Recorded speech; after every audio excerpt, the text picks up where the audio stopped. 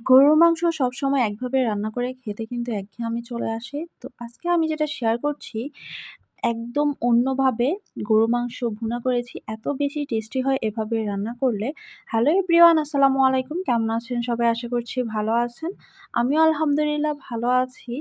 তো আজকে হচ্ছে আমি গরুর মাংসটাকে খুবই অন্যরকম করে ইউনিক ভাবে রান্না করছি। যেটা আপনারা দেখতেই পাচ্ছেন। ১ম এ আমি একটি কড়াই বসিয়ে দিয়েছি। কড়াইতে আমি হচ্ছে পরিমাণ মতো সরিষার তেল দিয়ে দিয়েছি। আর আমি হচ্ছে এখানে আ প্রায় ১ কেজির মতো গরুর মাংস, তারপর হচ্ছে আমি ধুয়ে পরিষ্কার করে নিয়েছি আগে থেকেই। তো সেটা হচ্ছে আমি তেলের উপর দিয়ে দিয়েছি। দেন হচ্ছে আমি কিছুক্ষণ নেড়ে-চেড়ে তারপর হচ্ছে আমি ঢাকনাটা দিয়ে দিব ওই কড়াইতে। তো কিছুক্ষণ হচ্ছে জাল হতে থাকবে। কোনো কিছু ছাড়াই হচ্ছে এই মাংসটা হচ্ছে আমি একটু ভেজে নেব। তো দেখতেই পাচ্ছেন পানি বের হয়ে আসছে।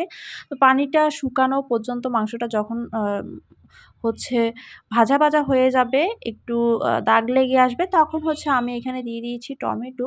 তো টমেটোটা দেওয়ার পর হচ্ছে আমি আরও কিছুক্ষণ ভেজে নেব। একটু পোড়া, পোড়া করে নিয়েছি দেখতেই পাচ্ছেন।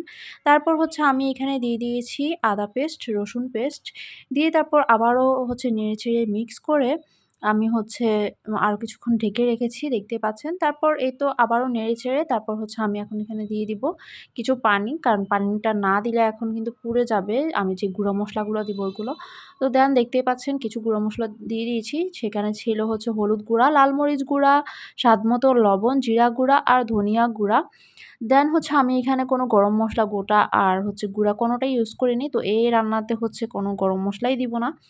তো দেখতেই পাচ্ছেন আমি হচ্ছে নেড়ে-চেড়ে তারপর হচ্ছে কিছুক্ষণ ঢাকনা দিয়েও রেখেছিলাম। তারপর কিছুক্ষণ কষানো হয়ে যাওয়ার পর আমি ঢাকনাটা উঠিয়ে হচ্ছে এখানে পরিমাণ মতো গরম পানি দিয়ে দিয়েছি। আমি আ আপনার খেয়াল করলেই দেখতে পাবেন যে এখানে কিন্তু কোনো রকমের পেঁয়াজ, কাঁচামরিচ দেই নাই। ওইটা হচ্ছে আমি পরে দিব। দেন হচ্ছে যখন মাংসটা সিদ্ধ হয়ে যাবে তখন হচ্ছে আমি আলুটা দিয়েছি। আর আলুটা দেওয়ার পর আরও কিছুক্ষণ ঢেকে রাখার পর যখন আলুটাও সিদ্ধ হয়ে যাবে, তখন হচ্ছে আমি এখানে দিয়ে দিয়েছি কিউব করে রাখা পেঁয়াজ। পেঁয়াজটা আমি কিভাবে কেটেছি এটা আপনারা দেখেই বুঝতে পেরেছেন। দেন হচ্ছে পেঁয়াজটাকে হচ্ছে কিছুক্ষণ নেড়ে-চেড়ে তারপর হচ্ছে সবকিছু মিলিয়ে তারপর আমি হচ্ছে আরও কিছুক্ষণ ঢেকে রেখেছি। প্রায় ৫ মিনিটের মতো ঢেকে রেখেছি। তো ঢাকনাটা উঠিয়ে দিয়ে দিয়েছি এখানে অনেকগুলা রসুনের কোয়া। তারপর হচ্ছে আমি আরও কিছুক্ষণ ঢেকে রেখেছি, আবারও নেড়েচেড়ে। তারপর আবার ঢাকনাটা উঠিয়ে দিয়ে দিয়েছি এখানে কাঁচামরিচ ফালি। দেন হচ্ছে আরও কিছুক্ষণ ঢেকে রাখার পর আমার কিন্তু রান্নাটা হয়ে গিয়েছে অলমোস্ট।